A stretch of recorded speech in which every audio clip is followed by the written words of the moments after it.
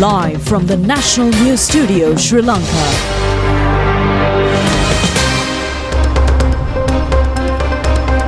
Good evening. This is the National News Telecast. I'm Moin Hettiarachchi. I'm Delanjali Ananda, and these are the headlines for tonight.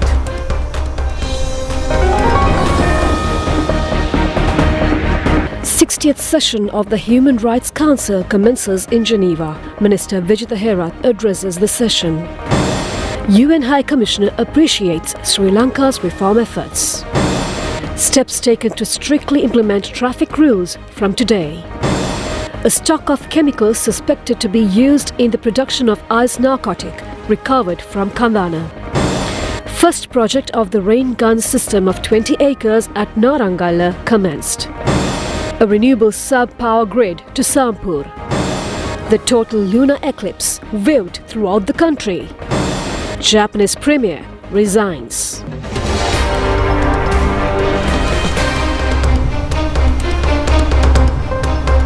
Down to those and more stories in detail on today's top story. The 60th session of the UN Human Rights Council commenced today in Geneva. United Nations High Commissioner for Human Rights, Volker Turk, presented the human rights report of this country. Minister Vijitha Herath, leading the Sri Lankan delegation, addressed the session. Sri Lanka today has an historic opportunity to heal from the cycles of violence and impunity that have dominated for decades. The government has a clear mandate from across the nation for transformative reform, accountability, truth and justice. During my recent visit, the country's leadership pledged a fresh direction on long-standing issues. I welcome the government's pledge to take action on major long-standing issues, including strengthening the rule of law and ending ethnic discrimination and the politics of division. I welcome the government's initiative to establish an independent public prosecution office with independent investigators. It is important for civil society organizations to be included in this process. I welcome the new government's declared commitment to economic and social justice. My report notes that many Sri Lankans are enduring extreme hardship after the worst economic crisis in living memory. My report welcomes the government's efforts to strengthen the social safety net and to tackle corruption and economic mismanagement. I hope this wave of change can be the basis for a new social contract and a transition towards a human rights economy in which all financial and budgeting decisions take the protection of human rights into account. I also urge external creditors to provide Sri Lanka with the fiscal space it needs to invest in its people and their economic, social and cultural rights. Mr. President, High Commissioner, 1 year ago, the people of Sri Lanka voted with one voice to bring about a transformation and usher in a new political culture. Our anti-corruption drive has been strengthened with new legislation enabling independent investigations and prosecutions leading to landmark convictions. The government is in the process of repealing the PTA and introducing new counter-terrorism legislation. Amendments are being formulated through consultations to the Online Safety Act. The government continues to strengthen the domestic reconciliation mechanisms by guaranteeing their independence and the necessary financial and human resources allocations. Further consultations are underway with a view to establishing a Truth and Reconciliation Commission. The Cabinet of Ministers approved the proposal to prepare a national policy and action plan on reconciliation and coexistence. The government has issued instructions to law enforcement authorities to guarantee and enabling environment and sufficient space for civil society. Views of the general public and the National Human Rights Commission have been called for the establishment of an independent public prosecutor's office. Recent decisions by the Sri Lankan courts demonstrate the independence of the Sri Lankan judiciary. The government has afforded full independence to the police and investigations have been resumed into many long-standing cases including the Easter Sunday attacks and attacks against journalists. A large majority of lands have been released. Adequate compensation is paid to rightful owners where release is not possible. A cabinet-appointed committee is addressing competing claims and land issues faced by people living in areas identified as state reserves and places of archaeological significance. To build confidence among the public, the government is taking several initiatives, including opening of roads, infrastructure, development, livelihood support and promotion of industries. Sri Lanka has continued to engage constructively with this Council, OSCHR, as well as with the regular human rights mechanisms. The Transport Ministry says that traffic rules will be enforced strictly from today. Deputy Minister of Transport Dr. Prasanna Gunasena says that accordingly, the police will continue inspections of motor vehicles. The police will focus attention on vehicles that are not in proper running condition and vehicles that have been altered to unusual colors. In addition, the vehicles with musical horns, blinking lights, displaying of numerous designs, advertisements in the body, silencers emitting loud voices and dangerous modifications will be thoroughly checked. According to the Deputy Minister, police are instructed to enforce traffic laws strictly.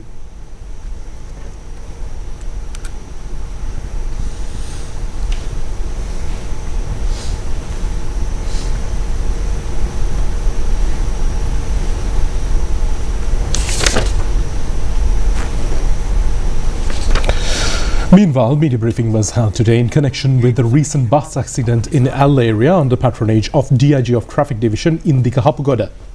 The DIG said that the recent bus accident had occurred due to the negligence of the driver. He explained that the bus, driven by a 25-year-old, went out of control and veered off the road, plunging about 350 meters down a precipice. The DIG further said that from today onwards, all vehicle depots have been instructed to ensure that old and unsafe vehicles are modernized, fitted with standardized safety parts and issued proper certification. He added that around 7 to 8 people die on Sri Lankan roads every day and that therefore drivers must strictly follow the traffic laws and road designs with discipline. මාර්ග නීති වලට අවනත වෙලා මාර්ග සංඥා වලට අවනත වෙලා ස්වයං පාලනයකින් යුතුව කටයුතු කළ යුතුයි.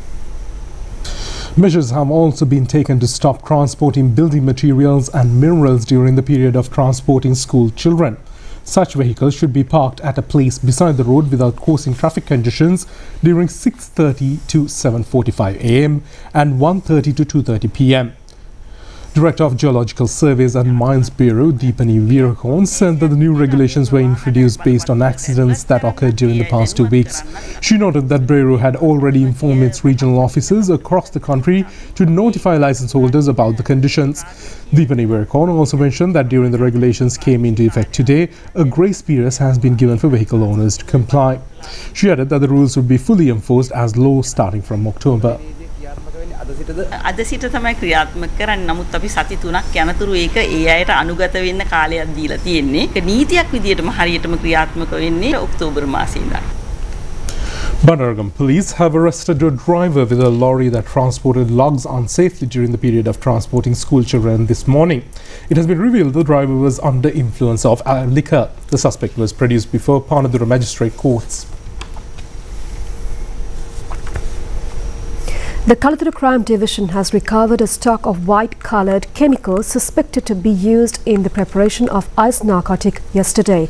The concerned raid has been conducted at Kandana Railway Station Road area. The stock of chemicals has been recovered as per an information received and it was hidden at a residence where nobody was residing according to police. No suspects have been taken into custody in this regard. However, the Kalathura Crime Division and the Kandana Police Station are conducting joint operations pertaining to this incident. According to the owner of the house, the two-storied building has been leased out at a rent of 150,000 rupees per month from the 11th of August this year. The owner of the house stated during a police investigation that the person who was on rent handed over the keys on the 5th of September.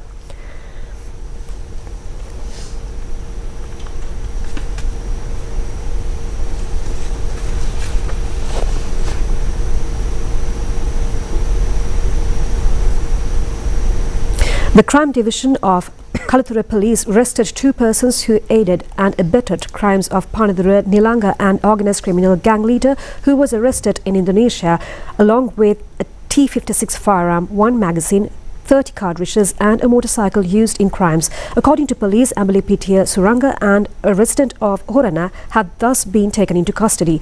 Panadura Chief Magistrate Champika Rajapaksha today granted permission to detain the suspect Ambalipitia Suranga for 7 days for questioning.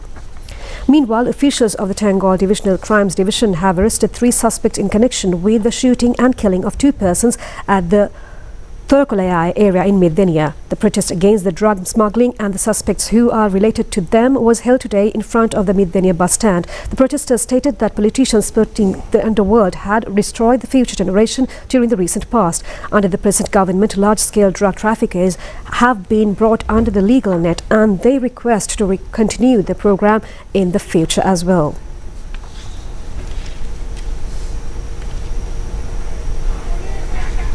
The Supreme Court today granted leave to summon fundamental rights petition filed against several parties, including former Presidents Gotabaya Rajapaksa and Ranil Wickremesinghe. The petition has been filed by the Centre for Environmental Justice. The Supreme Court has granted leave to proceed with a fundamental rights petition filed challenging the defendants for their failure to adopt and implement adequate measures to mitigate the adverse impacts of climate change. The petition was summoned today before the panel of Supreme Court judges, including Janak De Silva, Sobhita Rajakaruna and Sampath Wijeyaratne. The Supreme Court has decided dates to proceed the petitions filed against the appointment of former IGP Deshabandhu Tennakone to that post. The petitioners have requested to issue a verdict that the decision taken by the former President Ranil Wickremesinghe in this connection is detrimental to the Constitution. The petitions were summoned before the trial at bar, including Chief Justice Preeti Padman Surasena and Supreme Court judges Mahinda Samewardana and Arjuna Obesekara. The panel of judges ordered to hear the petitions on the 12th of February. The Colombo High Court has been informed that an order has been issued to detain Nandun Chintaka Wickremaratne alias Harakata until the conclusion of the case against him for attempting to escape from CID custody. The Attorney General today informed the Colombo High Court that the Defence Secretary has issued an extension of this detention order under the Prevention of Terrorism Act. Accordingly, the defendant is scheduled to be further detained at the Terrorism Investigation Bureau in the old prison in Tangol. It is reported that defendant Nandun Chintaka Wickremaratne was presented before the court via Zoom and the case has been postponed to the 24th of this month for further proceedings. Meanwhile, Mahara Magistrate Janita Pereira today ordered former State Minister Prasanna Ranavira to be further remanded until the 22nd of this month. She also ordered to present a progress report of investigations on that day. The suspect has been remanded under the charges of illegally selling state properties in Kiribati.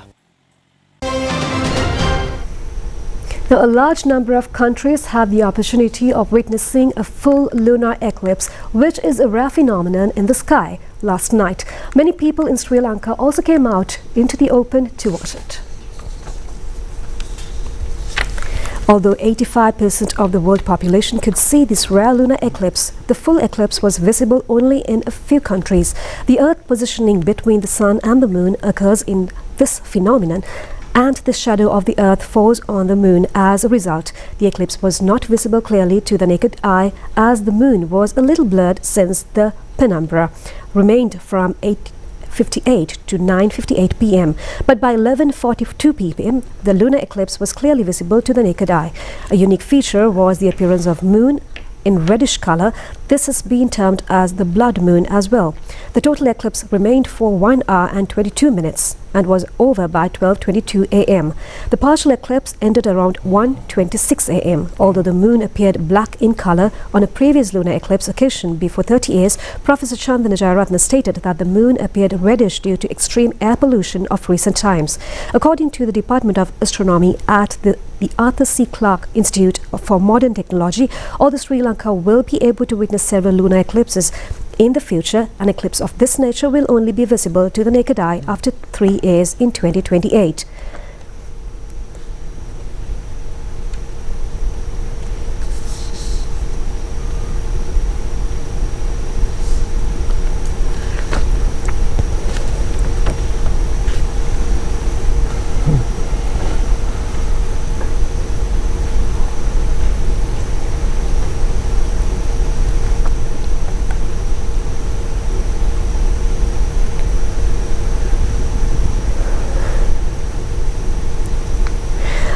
A night camp was organized by the Astronomy Association of Nalanda College, Colombo to view the lunar eclipse. Foreign media reported the appearance of the full lunar eclipse in countries like Germany, Russia, Denmark, Switzerland, Australia, Japan, Greece and India as well.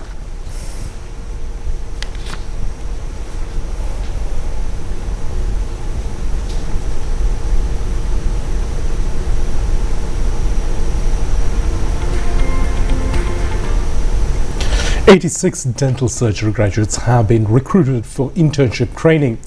The presentation of the concerned appointment letters was held in Colombo today. The function was held with the participation of Minister of Health, Mass Media, Dr. Nalin Jayatissa. The presentation of dental surgery doctors' appointment letters for the internship has been conducted parallel to the program being taken by the Ministry of Health in order to systematically develop the human resources of the health service in the country. Opportunities will be provided for dental surgery graduates to engage in services under the consultant doctor and gain training as a new methodology. The internship training has been provided with the hope of raising clinical capacity, expanding education in dental surgery fields and to also uplift education. Minister said that in order to describe the objective of the Ministry of Health, the position of the country in the universal health coverage, to increase that position can be pointed out. Accordingly, the present position of the country in universal health coverage occupies the importance. In the perspective, the primary health, which is relevant applicable to the health service, the government aims to provide primary health service beneficial from the aspect of common people. In order to achieve this, the Health Ministry as a whole will operate targets of universal health coverage. The positioning of the country in it has to be raised, he pointed out. The basic document that confirms the identity of a person is the National Identity Card. Not having an identity card may cause numerous problems for a citizen. In the process of obtaining identity cards, there have been many shortcomings for many years. In each year, over 1.2 million national identity cards are issued to the citizens of Sri Lanka. Out of the amount, nearly 400,000 identity cards for school applicants. Nearly 2,000 applicants are received by the department daily. However, the process of issuing national identity cards have been very slow since 2020. The main cause for this drawback is the shortage of relevant cards used to print NICs. Accordingly, from 2020, measures have been taken to issue a letter to confirm information instead of the national identity card. Although the identity cards are issued daily through the one-day service since 2020, there is a certain delay in issuing national identity cards for the persons who apply for the first time. However, all the citizens who have been born in 2004 and 2005 and applied for the first time have been already issued with the national identity cards.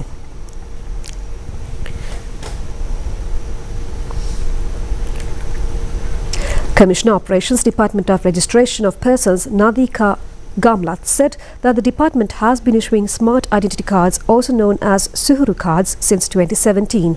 She explained that due to the procurement issues with the printing process, several batches of cards had been cancelled over the past few years. For this reason, the department has been issuing an official confirmation letter which is considered equally valid as the national identity card. She added that all state and private institutions in Sri Lanka have been formally notified to accept this letter as a valid document when providing services. The Commissioner further said that in any case where institutions are unwilling to recognize the letter, the department itself takes steps to issue the national identity card directly. She stressed that even for applying for visas abroad, the confirmation letter issued by the department is accepted as valid and there have been no reported issues so far. She also revealed that by the first week of August, 2.3 million smart ID cards had been issued. At present, the department is continuing to print cards for applicants under the normal service. Since 2006, the department has been responsible for printing national identity cards for all newly eligible applicants. She confirmed that once printed, the cards are delivered to applicants by registered post to the address provided in their applications. Sri Lanka is hosting Exercise Pacific Angel 2025 from the 12th of September to 2025 to mark the significant milestone in the regional defence cooperation. The opening ceremony was held today at the Sri Lanka Air Force Base in Katunayake. The exercise brings together United States Pacific Forces, the Australian Air Force, the Japanese Self-Defense Force, the Indian Air Force, the Maldivian National Defense Force and the Bangladesh Air Force as key participants. Adding further depth to the program, both Sri Lankan Navy and Army will also play an active role. In total, 300 persons are scheduled to participate, and of which 123 will represent foreign contingents. The scale and diversity of the participating forces reflect the growing importance of collaborative training in addressing search and rescue and humanitarian assistance and disaster relief. At its core, Pacific Angel 2025 highlights the enduring strength of the US-Sri Lanka partnership while underlining the broader strategic value of multinational military cooperation. By engaging in joint training, participating forces have aimed to enhance mutual understanding. Now, a discussion was held under the guidance of Prime Minister Dr. Harini Amarasuriya at the Ministry of Education recently regarding the implementation of the draft of preschool education policies and curriculum parallel to the new educational reforms. Discussions were also held regarding future action to be taken. Extensive discussions were held regarding conducting a national census on preschools, registration of all preschools, taking proper action regarding preschools which have not even fulfilled minimum standards, training of preschool teachers and registration of those teacher training institutions. The Prime Minister detailed about establishing daycare centres at preschools as per necessities and relevance. The assistance provided by UNICEF in order to make this programme a success was also appreciated. Deputy Minister Dr. Namal Sudarshana, Chairman of the National Education Commission, Professor Sarat Ananda, along with a number of other officials, participated in the discussion. The local administrative week has been declared. It will be implemented in the 15th to the 21st of the month. The theme has been Punurudaye Puravara. The first week of the local administration week has been named as a mobile service day, raising awareness among the general public that will carry out this day. The second day will be Environmental and Tree Planting Day, whereas the third day has been named targeting the World Patient Safety Day. The fourth day will be Income Promotion Day, while the fifth day has been termed Literature, Education and Library Promotion Day. The Public Utilities Sports Day will be the sixth day of the program. Final day, the seventh day, will be completing the local administration week, has been named as the Conclusion Day. These details have been uncovered at a media briefing held today.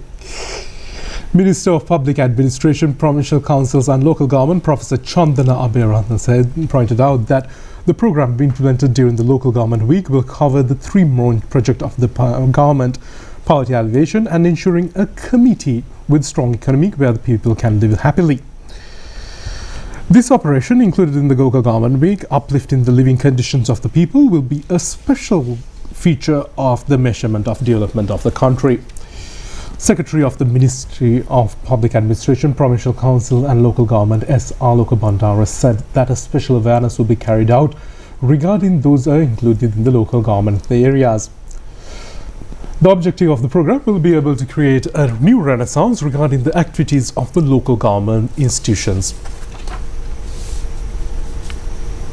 The President's Fund has planned to implement a scholarship program to safeguard the education of the Sri Lankan children whose parents are working abroad and are facing numerous disasters. The theme of the program is "No one is left behind in education." The main objective of the program is to ensure the education of children in the country whose parents working abroad have died, become disabled or gone missing due to various circumstances. The initiative will be implemented jointly by the President's Fund, the Ministry of Foreign Affairs, Foreign Employment and Tourism and Sri Lanka Bureau of Foreign Employment. A discussion on expanding the services of the President's Fund to benefit Sri Lankan employed overseas was held at the Presidential Secretariat recently. The meeting was chaired by Minister Vijitha Herath together with Senior Additional Secretary to the President and the Secretary to the President's Fund, Roshan Gamage.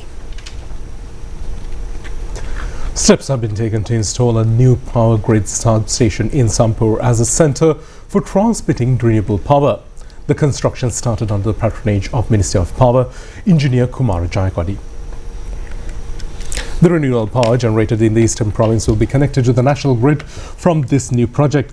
Leading objective of the project is to increase power supply in the Eastern Province with the aim of continuous power supply for the industries and households in the province. The next step of the project included with the construction of a transmitting path of 220 kilowatts from Sampur to Kalpatri, to Habarana at a stretch of 77 kilometers. It has been targeted to make the maximum use of the existing environmental conditions and the location of the Sampur area to generate renewable energy. Laying foundation stone for the new grid substation was held under the patronage of the minister. He stated that the people of the area will be given first priority in deploying skilled and unskilled workers needed for the project. And now we have several news items on recent developments. The first project to install rain gun water supply systems powered by solar technology covering 20 acres of Narangala farm in Naramala belonging to the National Livestock Development Board was declared open yesterday. The first project was opened by the Deputy Minister Nama Karnaratna. The entire project will cover 1,000 acres in 30 farms. It is expected to cultivate 4 seasons and to receive 1,600 metric tons of maize. Developing Podumilla and Maspana Road that provides access to many villages in the Uvaparanagamat electorate commenced yesterday. This road has been inundated for over 10 years, causing disruption to public transport. Construction of new building at the Kudava fishing harbour in Beruwala started yesterday. A sum of 2.5 million rupees has been allocated for the project. That's a look at your local news. Stay tuned for international stories coming up next.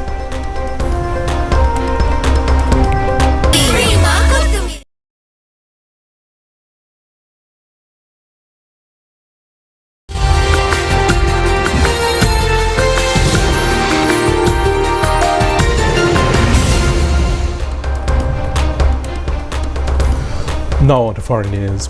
Japanese Prime Minister Shigeru Ishiba has announced his resignation after suffering defeats in 2 key national elections. Ishiba, who has served as Prime Minister for less than a year, made the announcement as his ruling Liberal Democratic Party prepared for an internal leadership vote aimed at removing him from power. The Liberal Democratic Party of Japan has governed Japan for more than 7 decades.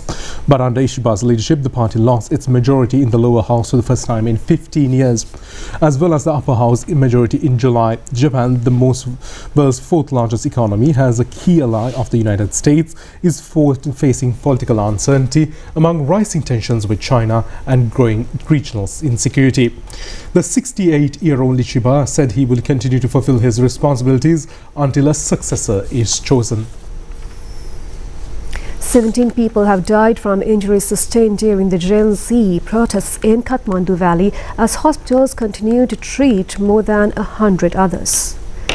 Thousands of young Nepali, primarily from Generation Z, have taken to the streets in Kathmandu and other cities in response to the government's ban on major social media platforms including Facebook, Instagram, WhatsApp, X, Snapchat, YouTube and several others. The government justified the ban by pointing to the platform's failure to register under new regulations aimed at curbing misinformation and online crime. Health officials confirmed that the casualties occurred while the injured were receiving treatment at various hospitals across the capital.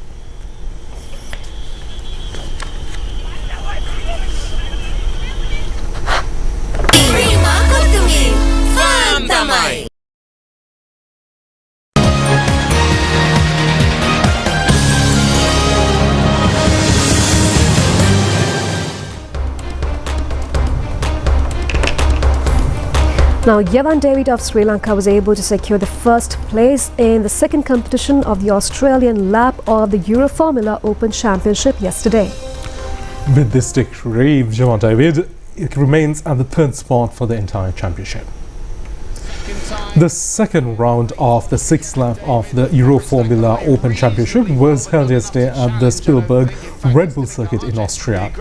Johan David finished the competition, the race in 30 minutes and 21.61 seconds to secure first place. There's our race leader, Johan David, on course for yet another victory this season. It would be his 5th in 2025. And has absolutely himself aloft, and surely as the bat rises once again. The gold class driver. Here's the Sri Lankan national anthem.